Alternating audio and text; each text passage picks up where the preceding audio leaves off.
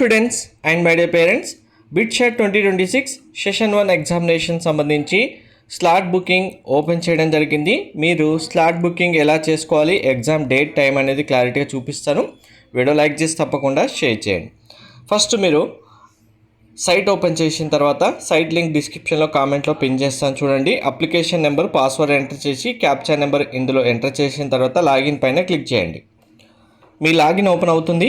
ఇందులో మీకు ఇక్కడ ఆన్లైన్ స్లాట్ బుకింగ్ అనే ఆప్షన్ ఉంటుంది, దీనిపైన క్లిక్ చేయండి. సేమ్ పేజీలో మీరు కిందికి స్క్రోల్ చేయండి.